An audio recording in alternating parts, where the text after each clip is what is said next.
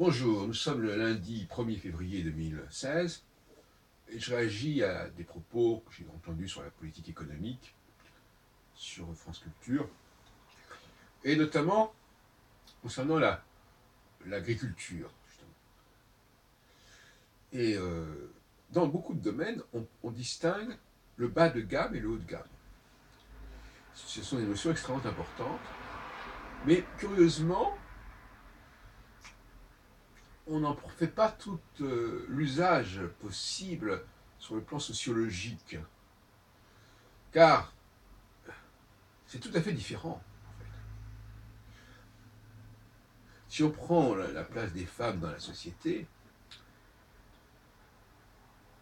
il est clair que les femmes sont beaucoup plus présentes dans le bas de gamme que dans le haut de gamme.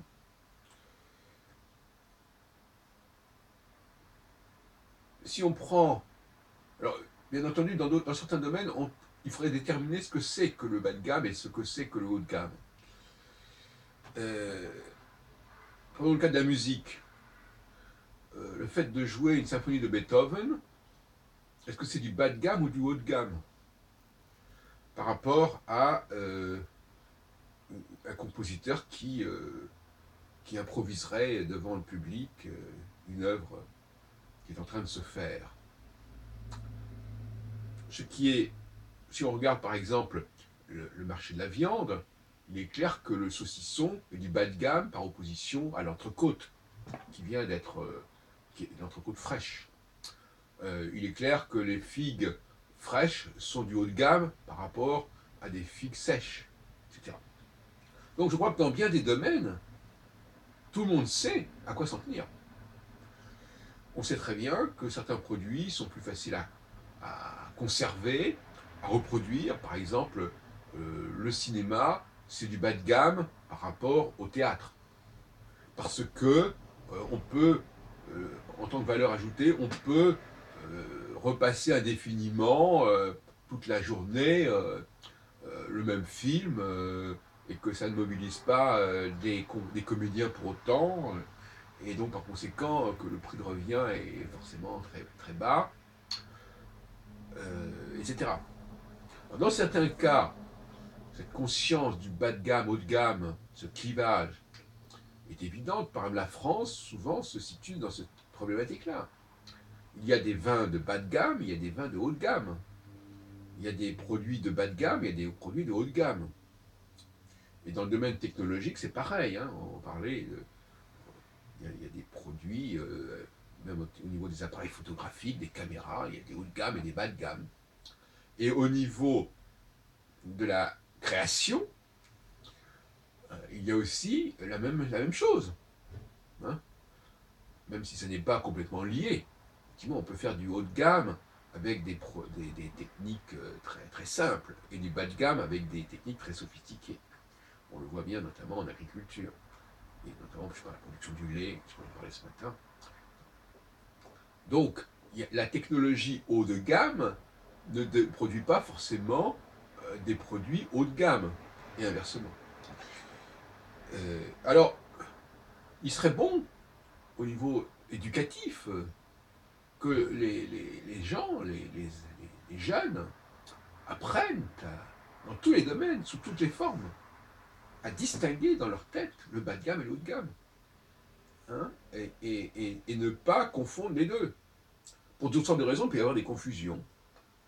Parce que parfois, le bas de gamme est plus lisse, plus toiletté que le haut de gamme. Ben oui, par exemple, un film à la télévision peut être, par exemple, bon, alors aussi, on va dire, la télévision bas de gamme, cinéma haut de gamme, etc. Mais d'une manière générale, il peut y avoir des performances moins parfaites en haut de gamme et plus limpides en bas de gamme. C'est-à-dire que bon, c'est tout quand quelque chose est complètement lisse, voilà, on lit un truc qui est complètement déjà établi, où tout le monde doit faire certaines choses. Bon, c'est évidemment lisse, c'est donc évidemment quelque part une certaine perfection formelle, mais c'est quand même du bas de gamme. Et inversement, des choses plus vivantes, plus improvisées, plus plus inégal peut-être, plus imprévisible aussi, quelque part, euh, plus en direct, par exemple, sont du haut de gamme. De manière générale, le haut de gamme, c'est aussi ça. Bon, donc c'est un débat que je ne prétends pas clore ici et maintenant, puisque de toute façon, il se pose dans les situations les plus diverses. Mais c'est la nouvelle éthique, en fait. C'est une nouvelle éthique qui concerne tous les domaines. Tous les domaines, aussi bien technologiques, artistiques, scientifiques, etc. Et notamment, pour revenir à ce que je disais au tout début, cela concerne la question de la place des hommes et des femmes dans la société. Le prix Nobel, par exemple, c'est le haut de gamme. Bon. Maintenant, le fait d'être professeur à l'université, c'est moyen de gamme. Le fait d'être professeur dans les lycées, c'est du bas de gamme, etc.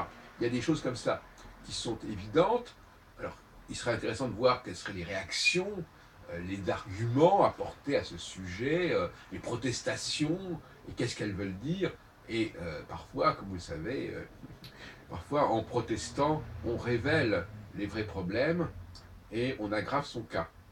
Donc, je veux dire par là que parfois, quand les gens veulent argumenter, leurs arguments sont tellement faibles que ça se retourne contre eux.